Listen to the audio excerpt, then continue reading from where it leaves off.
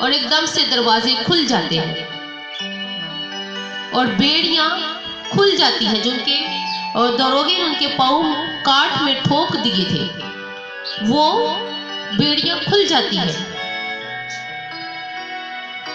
اور قیدی جو ہے وہ بھاگ جاتے ہیں۔ دروگا یہ دیکھ کر تلوار کو کھینچتا ہے اور خود کو مارنا چاہتا ہے۔ پالوس رسول اس سے کہتا ہے کہ ڈرنا، ڈرو مت، کیونکہ یہ خداوند کی طرف سے ہے، خداوند نے یہ چاہا تو ایسا ہوا۔ اور دروگا یہ دیکھ کر ایمان لے آیا۔ میرے عزیزوں، دروگا یہ دیکھ کر ایمان لے آیا۔ ہمارے اندر ایمان کی کمزوری ہے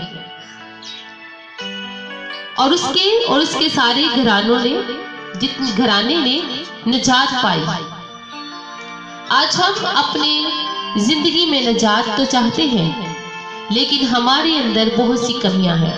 ہم دنیاوی چیزوں کی طرف بہت زیادہ آگے چلے جاتے ہیں کہ دنیاوی چیزیں ہماری زندگی میں ہمیں وہ ضرورت کی چیزیں ہیں جو خداوند نے ہمیں دی ہیں، لیکن خداوند کو بھی یاد رکھنا ضروری ہے۔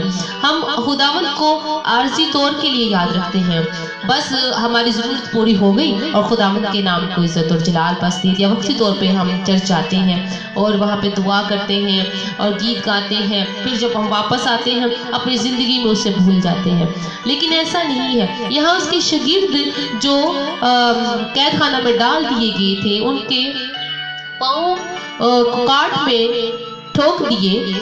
ایسا ہوا کہ وہ جو بیڑیاں تھی وہ کافی زیادہ ان کا وزن بھی ہوگا۔ تو میرے کہنے کا مطلب یہ ہے کہ دیکھیں یہاں پہ خداوند کس طرح سے ان کی مدد کرتا ہے، کیونکہ ان کا ایمان ہے۔ ہمارا ایمان کہاں گیا؟ کیونکہ ہم شاہی کاہن کے فرقے ہیں، ہمیں تو بہت اونچا درجہ خداوند نے دے دیا ہے۔ تو آج ہم اگر اپنی زندگی میں اس چیز کو سیکھیں گے کہ ہمارے اندر ایمان ہونا چاہیے، ان شاگردوں کے جیسا ہمارے اندر ایمان ہونا چاہیے، وہ جو دروگا دیکھ کر نجات پا گیا، اس کے گھرانہ نجات پا گیا، ایسا ایمان ہو، تو آج ہم پریشان کیوں ہیں؟ ہم مسیحیوں کو پریشان ہونے کی ضرورت نہیں، کیونکہ مسیح یسوع کے ہم ہیں۔